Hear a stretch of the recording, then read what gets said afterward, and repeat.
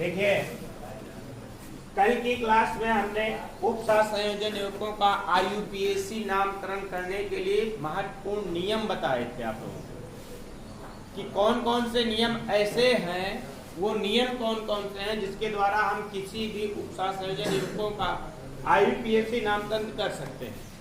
आज हम उसी नियमों का अनुप्रयोग करेंगे कुछ महत्वपूर्ण यौगिकों पर। कुछ यौगिक हैं जिन पर उन नियमों का प्रयोग करके हम IUPAC नामकरण करेंगे। पहला यौगिक है आपका क्या, CuNH3 का होल 4SO4 पहला यौगिक है। नियम में बताया गया पहला नियम कि सर्वप्रथम हम धनावेशित भागों का नामकरण करते हैं, तत्पश्चात ऋणावेशित भागों का नामकरण करते हैं, ये बताया गया आप लोगों को। तो धनावेशित भाग, ऋणावेशित भाग, इसमें चयन कीजिए। सबसे पहले हम देखते हैं कि ये भाग कौन सा होता है, धनावेशित भाग है इसमें। ये भाग कौन सा है आपका, इसमें ऋणावेशित भाग है। तो सबसे पहले हमें इस भाग का नामकरण करना पड़ेगा, तत्पश्चात इस भाग का नामकरण करना पड़ेगा। इस भाग का नामकरण करने जा रहे हैं, देख रहे हैं पूरा का पूरा उपसहसंयोजन मंडल है और उपसहसंयोजन मंडल में क्या क्या उपस्थित होता है, उपसहसंयोजित समूह, केंद्रीय धार प्रमाण। तो उपसहसंयोजित समूह, केंद्रीय धार प्रमाण में किसका नामकरण करते हैं हम सर्वप्रथम, उपसहसंयोजित समूह का नामकरण करते हैं। और उपसहसंयोजित समूह का नामकरण करने में हम देख लेते हैं कि उपसहसंयोजित समूह हैं कितने, 4 हैं। इसलिए इसको लिखते हैं क्या, कौन से शब्द का प्रयोग करेंगे यहाँ पर, टेट्रा। कौन से शब्द का प्रयोग करेंगे, टेट्रा शब्द का प्रयोग करेंगे। और NH3 के लिए क्या लिखा जाता है, एमीन, टेट्रा एमीन। फिर क्या हो जाएगा, देखिए कॉपर ही लिखेंगे, क्यूप्रेट क्यों नहीं लिखेंगे, क्योंकि धनावेशित भाग के रूप में जब उपसहसंयोजन मंडल आता है तो केंद्रीय धार प्रमाण के नाम में कोई परिवर्तन नहीं करते हैं। अगर ऋणावेशित भाग के रूप में होता तो हमें परिवर्तन करना पड़ता, कोई परिवर्तन नहीं करते हैं। तो क्या लिखेंगे यहाँ पर हम, कॉपर। क्या लिख देंगे, कॉपर। फिर कॉपर के जस्ट बाद हमने बताया छोटा ब्रैकेट लगाते हैं और उस छोटे ब्रैकेट के भीतर क्या लिखा जाता है, आक्सीकरण संख्या लिखी जाती है। अभी मैं आक्सीकरण संख्या निकालता हूँ, उसके बाद क्या लिखा जाएगा, इसके बाद यहाँ पर क्या लिखा जाएगा, सल्फेट। क्या लिखा जाएगा, हालांकि इसको इसके सामने ही लिखना चाहिए, जगह नहीं था इसलिए हम लिख रहे थे, लेकिन फिर भी मैं लिख देता हूँ सल्फेट, है ना। अब देखिए हम इसकी आक्सीकरण संख्या निकालते हैं। कॉपर की मानेंगे X और 4 इंटू अमोनिया का कितना हो जाएगा, 0 प्लस SO4 का डबल नेगेटिव होता है ना, इसलिए इसकी आक्सीकरण संख्या कितनी हो जाएगी, -2 0 करेंगे, X कितना आ जाएगा 2, अर्थात आक्सीकरण संख्या इसकी कितनी आ जाएगी, सेकेंड। समझ पा रहे हैं कि नहीं। सल्फेट, सल्फेटो नहीं लिखेंगे। हमने बताया है बेटा आप लोगों को कि जब उपसहसंयोजन मंडल के बाहर कोई होगा तो उसके लिए हम डायरेक्ट उसका नाम लिखते हैं, लिगेंड के रूप में नहीं लिखा जा रहा है यहाँ पर। अब यहाँ पर क्लोराइड ही लिखा जाएगा, क्लोराइडो नहीं। अगर ये भीतर होता तो क्लोराइडो लिखा जाता या क्लोरो लिखा जाता। समझ पा रहे हैं ना। इसी प्रकार से देखते हैं, इसका नामकरण करते हैं। इसका नामकरण कैसे करेंगे हम देखते हैं। धनावेशित भाग है, ऋणावेशित भाग है, तो सर्वप्रथम किसका नामकरण करेंगे हम, धनावेशित भागों का नामकरण करेंगे। ये धनावेशित भाग है, इसी का नामकरण करना है मुझे। इसका नामकरण करने में हम देख रहे हैं कि एमीन है, मतलब कि अमोनिया उपसहसंयोजित समूह के रूप में उपस्थित है। तो हो जाएगा क्या आपका हेक्सा,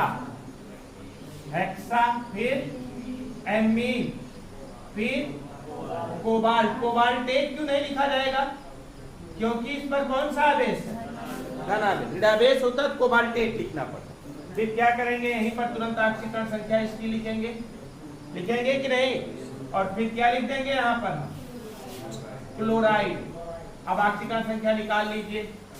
आक्सीकरण संख्या कितनी आएगी, माना कोबाल्ट की X प्लस 6 इंटू अमोनिया की होती है कितनी, अमोनिया की 0 आक्सीकरण संख्या क्यों होती है, क्योंकि अमोनिया किस रूप में है, यौगिकों के रूप में।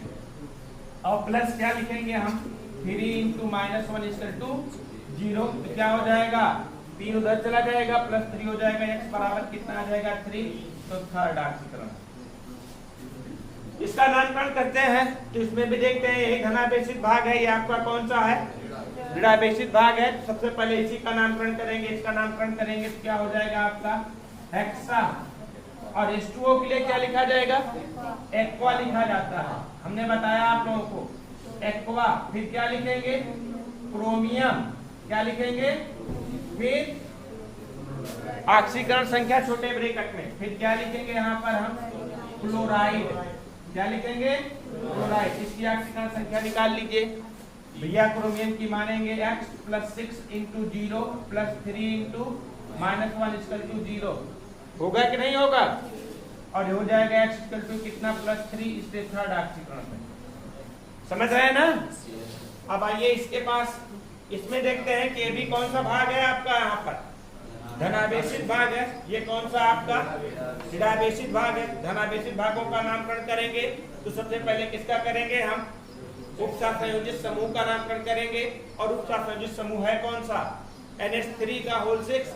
चाहे इसी को लिगेंड बोलिए, चाहे इसी को उपसंयोजित समूह बोलिए। उपसंयोजित समूह के रूप में है NH3, तो क्या हो जाएगा आपका? हेक्सा। फिर एमीन। फिर धनावेशित भाग है तो क्या लिख देंगे सीधा? प्लेटिनम। ऑक्सीकरण संख्या। फिर क्या लिखेंगे? फ्लोराइड। समझ पा रहे हैं कि नहीं? अब इसकी ऑक्सीकरण संख्या निकाल लीजिए, कितनी आएगी? 4 आएगी कि नहीं आएगी? कितना? x + 6 × 0 + 4 × -1 = 0। x = कितना? 4 करने में 4 उधर जाएगा तो प्लस हो जाएगा +4। होगा कि नहीं होगा? समझ पा रहे हैं ना? अब इसके पास आते हैं, इसके पास देखते हैं कि धनावेशित भाग आपका कौन सा है? सोडियम वाला। और ये कौन सा भाग है आपका? ऋणावेशित भाग है। सबसे पहले किसका नामकरण करेंगे हम? धनावेशितों का। उसके बाद किसका? ऋणावेशितों का। तो धनावेशित भाग के रूप में क्या उपस्थित है आपका? सोडियम। ध्यान दीजिएगा 2 उपस्थित है, इसलिए इसको यहाँ पर हम डाइसराइट इन सब शब्दों का प्रयोग नहीं करते। जैसे यहाँ पर देखिए क्लोरीन 3 था तो हमने कुछ नहीं लगाया, डायरेक्ट क्लोरीन लगाया है। उपसंयोजन मंडल के रूप में जब नहीं होगा, उपसंयोजन मंडल से बाहर होगा, तभी ऐसा होगा बेटा, नहीं तो नहीं होगा। समझ पा रहे हैं ना? तभी हम डाइट्राइट टेट्रा शब्द का प्रयोग करेंगे, नहीं तो डाइट्राइट टेट्रा शब्दों का प्रयोग नहीं करेंगे। समझ पा रहे हैं ना? अब देखिए क्या हो जाएगा आपका? सोडियम। क्या करेंगे हम? सोडियम। सोडियम लिखा हमने। उसके बाद अब देखिए 2 समूह हैं, 2 समूह हैं। कौन कौन सा? एक तो है आपका साइनो और दूसरा कौन सा है? यनो के लिए क्या लिखा जाएगा? नाइट्रोसिल। यनो के लिए नाइट्रोसिल लिखा जाता है। साइनो सी से शुरू होता है और नाइट्रोसिल यन से शुरू होता है। तो पहले सी आता है कि पहले एन? पहले सी आता है, इसलिए साइनो वाला पहले लिखेंगे। लेकिन साइनो के हैं कितने? 5। तो क्या लिखेंगे हम? पेंटा साइनो, फिर नाइट्रोसिल, फिर अब ऑक्सीकरण संख्या कहाँ लिखेंगे? पहले तो हम केंद्रीय धातु प्रमाण लिखेंगे ना। आपको इंद्रिय धातु प्रमाण के लिए क्या लिखेंगे? फेरस लिखेंगे, फेरेट लिखेंगे। क्यों? क्योंकि ये ऋणावेशित समूह के रूप में उपस्थित है, इसलिए H जोड़ दिया जाता है। इसलिए क्या हो जाएगा आपका? फेरेट। फिर क्या यहाँ पर ऑक्सीकरण संख्या? इसकी ऑक्सीकरण संख्या कितनी आएगी जी? बोलिए। सोडियम की कितनी होगी? +1। Cn की कितनी होगी? -5 हो जाएगी ना। अरे भाई Cn की -1 होता है, 5 से मल्टीप्लाई करेंगे -5 और +2 हो जाएगा। -5 में से +2 गया -3, पक्षांतर करेंगे तो कितना हो जाएगा आपका? 3। यनो का 1 होता है तो ये हो जाएगा कितना आपका? एनो का 0 होगा जी। यनो का 0 होगा। 3। अब देखिए एक यूनिक और बच रहा है, इसको लिखते हैं, कहीं और जगह नहीं है वहां पर। पीछे दिखाई दे रहा है कि नहीं? चलिए इस यौगिक को देखते हैं क्या है। यह भी H2O का होल 6 Cl3। यही है। आप देख रहे हैं कि कौन सा भाग है आपका, धनावेशित भाग है। ये कौन सा भाग है आपका, ऋणावेशित भाग है। सर्वप्रथम धनावेशित भागों का नामकरण करते हैं।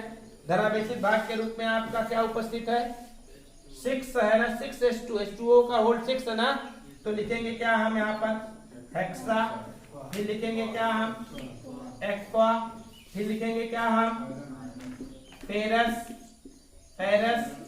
फिर क्या लिखेंगे ऑक्सीकरण संख्या, फिर क्या लिखेंगे यहाँ पर हम क्लोराइड, है ना।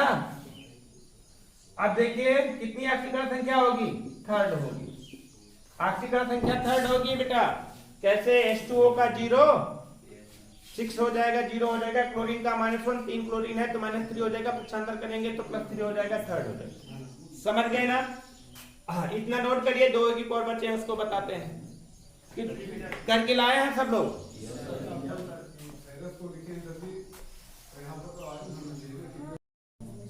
देखिए 2 यौगिक और देख लीजिए जिनका यूपीएससी नामकरण करना है।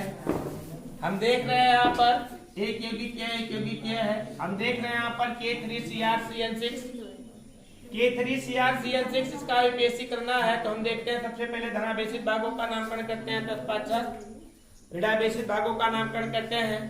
धनावेशित भाग के रूप में आपका पोटेशियम है, तो सबसे पहले पोटेशियम का नामकरण करेंगे, उसके बाद इसका नामकरण करेंगे। पोटेशियम के लिए डायरेक्ट लिखा ही क्या जाएगा आपका पोटेशियम, पोटेशियम ही लिखा जाएगा, है ना। और फिर ऋणावेशित भाग आपका ये है, ऋणावेशित भाग आपका ये है। अब इस भाग का नामकरण करेंगे। इस भाग का नामकरण करने में सबसे पहले हम उपसा संयोजी समूह का नामकरण करते हैं। उपसा संयोजी समूह के रूप में है क्या आपका CN, है ना।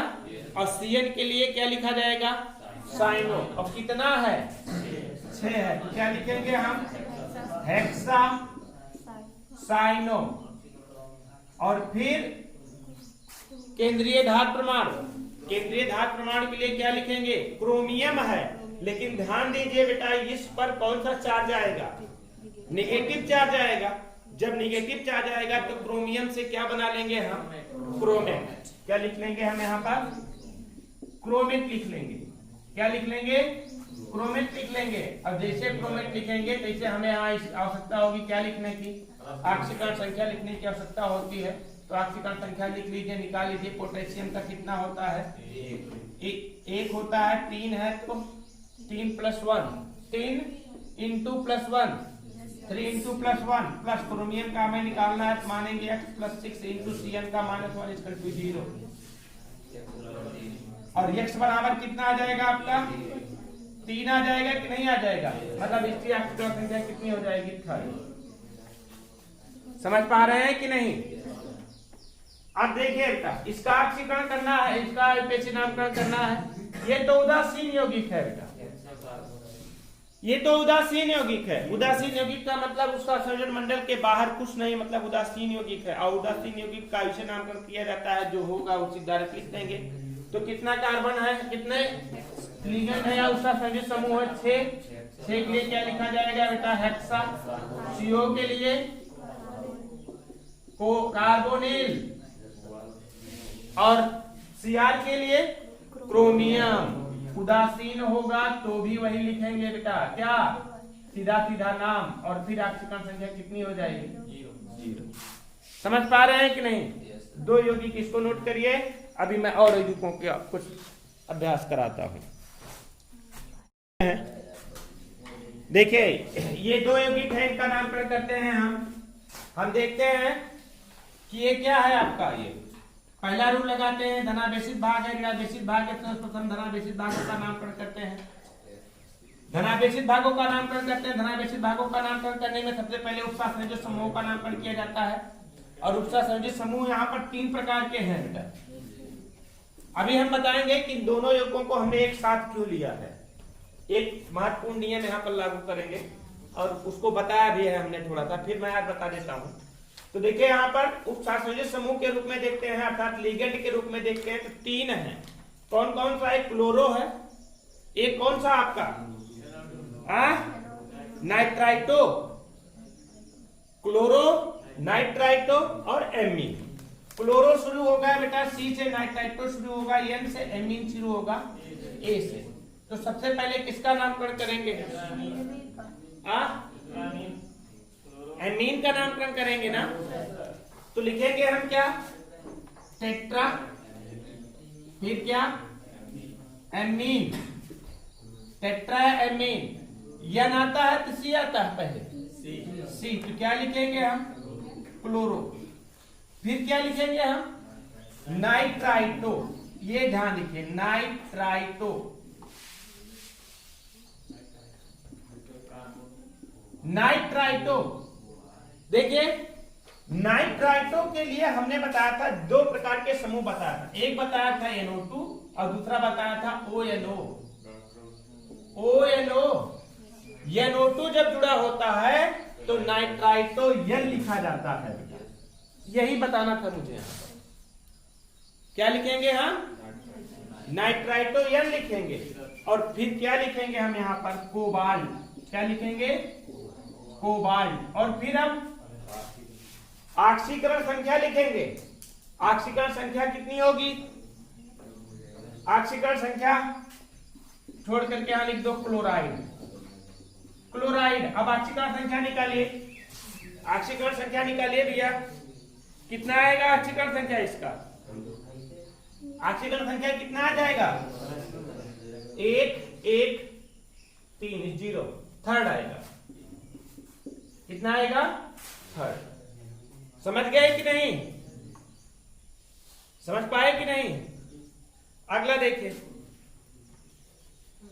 हटाएं इसको। देखो, इसे मुझे हटाना पड़ेगा, इसको दिखाने के लिए जगह कम है उधर। अच्छा, इसको नीचे में कर देता हूं, उसी चीज को मैं नीचे लिख देता हूं। देखिए, CO ONO, फिर क्या? NH3 का होल 5 Cl2। इसका नामकरण करना है। तो इसमें दो प्रकार के समूह लगे हुए हैं, एक एमीन लगा हुआ है, एक नाइट्राइटो लगा हुआ है। तो सबसे पहले एमीन का करेंगे, फिर नाइट्राइटो का करेंगे। एमीन कितना है? 5 है। तो क्या लिखेंगे हम?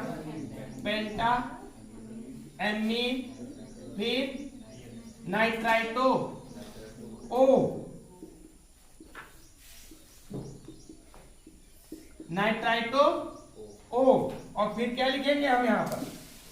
कोबाल्ट। क्या लिखेंगे? कोबाल्ट। और फिर क्या हो जाएगा यहां पर? ऑक्सीकरण संख्या थर्ड हो जाएगी। फिर क्या? क्लोराइड। ठीक है ना? इस तरीके से हमें मेनली आपको यहां पर बताना क्या था कि NO2 के लिए नाइट्राइटो लिखा जाता है, लेकिन नाइट्राइटो यन लिखा जाता है। और ONO के लिए भी नाइट्राइटो लिखा जाता है, लेकिन क्या लिखा जाता है आपका? नाइट्राइटो O लिखा जाता है। क्या लिखते हैं हम? Nitrito O।